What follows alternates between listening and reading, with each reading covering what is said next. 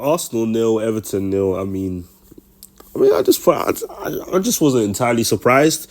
I mean, obviously we won against Monaco midweek. Loads of missed chances in the first. So I felt like we wasted the first half. We didn't take, the opportunities that we had, and obviously we won. So, some people were like, yeah, we won, so that's all that matters ultimately. In isolation, yeah, but when you look at the wider picture, I was like, still having issues with the finishing inside the box and whatnot, even though we created chances. So what happens when we don't create chances? Even when we do create chances, we're struggling to take them. It's crazy. And yeah, today that caught us up, man. Honestly, caught us up. And yeah, I mean, on a day where Liverpool, actually got a red card in the 17th minute, went 1-0 down, fought back, back and forth to get a 2-2 draw against Fulham. So, but still dropped points. Could have made up ground and atoned for, what happened at Fulham. But this Arsenal team went and dropped points. I mean, this team is not winning the title. I'm sorry, man. I just don't think it's happening.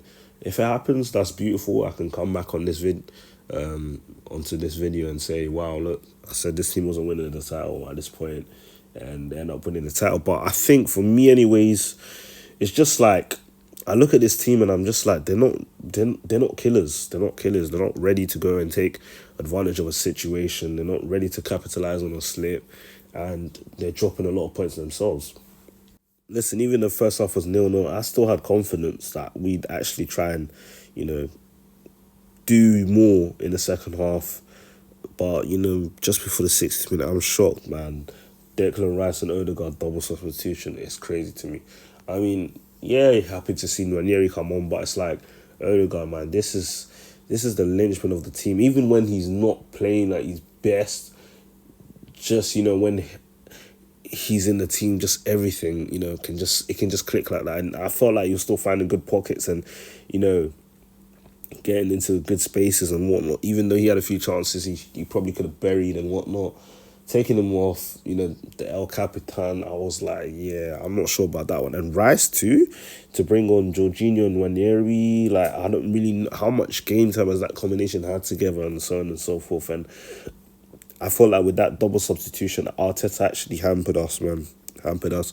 Tried to, recorrect it again, brings in Party and eventually brings on Trossard as well. But yeah, man, it just wasn't clicking. Even the midfield just wasn't working, man. I mean, Marino today, he wasn't doing much. He wasn't great. Obviously, Party started on the bench. Party started on the bench was wild to me. He had a rest midweek and he's the best six at this club, in terms of like his profile. But, doesn't get the opportunity to start. We start with, Rice, Marino, Odegaard midfield, and I just don't think that midfield triumvirate is ready to really, take this club to a title charge. Just no way. Even Timber today was just moving like he was just moving sloppy. Like, it's crazy. It's crazy. Like, just certain things, like you seen the touch, the ball's just bobbling across the field. It wasn't great today, man. But what can I say, man? What can I say? I mean, Arteta needs to be held responsible, for sure. In terms of the budget, he had that. He had it. He had the budget, he had the opportunities, he had the time, he had the backing of the fans. He's had everything. He's had everything. We've given him everything. He's inherited some great players. He inherited Saliba. He inherited Saka. He was already brought into the team by Emery. Like, he inherited Martinelli. Even though Martinelli has been a bit, been pretty much subpar for like 18 months still. This is what he inherited. And when I look at it, and I'm just looking at the figures, it's crazy because Slot hasn't, had a lot of time. It's been like 6 months, barely. And Liverpool are cooking, man. Chelsea, you're looking at them. If they win their next match, they're 4 points clear of us. We got to worry about catching Chelsea first before Liverpool. It's crazy. It's crazy. I can't lie. It might just be a Chelsea-Liverpool title race. We might just have to try and fight for top four. And you know what's crazy? Guess what? If City win the next game, they're level on points with us. How about that? Just look at the table, man. Does this look like a serious team to you? Like, out of the 16 matches we've played, dropping points in 8 of them. So exactly half of the matches we played. So one out of every 2 matches we play, we're dropping points. This team can't win the title. This team cannot win the title. I'm telling you, forcing goals, from corners, it's not sustainable. This team can't win the title, man. I think we've regressed, man. Arteta's actually made us regress. Sadly, I got to be real. He's made us regress, and it's sad. Listen, as fans, we don't deserve that. I don't deserve it. You don't deserve it. But this is just the reality of the situation, and you just have to accept it. To be completely honest, but accept it as in for what it is. But obviously, as fans, we should expect more. We should put pressure on the club to do more, do better. And in January, they need to put their wallet out. Whether or not that's gonna do much in terms of saving our season, who knows? But in terms of the other cup competitions and moving forward, get me that gunman striker, please. Get me. I think we need another midfielder. I think we need a winger, left back. We probably need one. Like, it's just so many things to do. So many things to do, honestly. And yeah, some of the problems we still have, lacking the natural nine. All of these problems are actually facilitated by, Arteta's decision making at this club. So it's like, who's gonna cry? Who's gonna cry like about it? Really, in terms of, is Arteta gonna go in a press conference and say I need this, I need that? No, he'll look like the boy who cried wolf. Because if you think about it, essentially, he actually said that the owners were the best in the world at one point in time. I believe.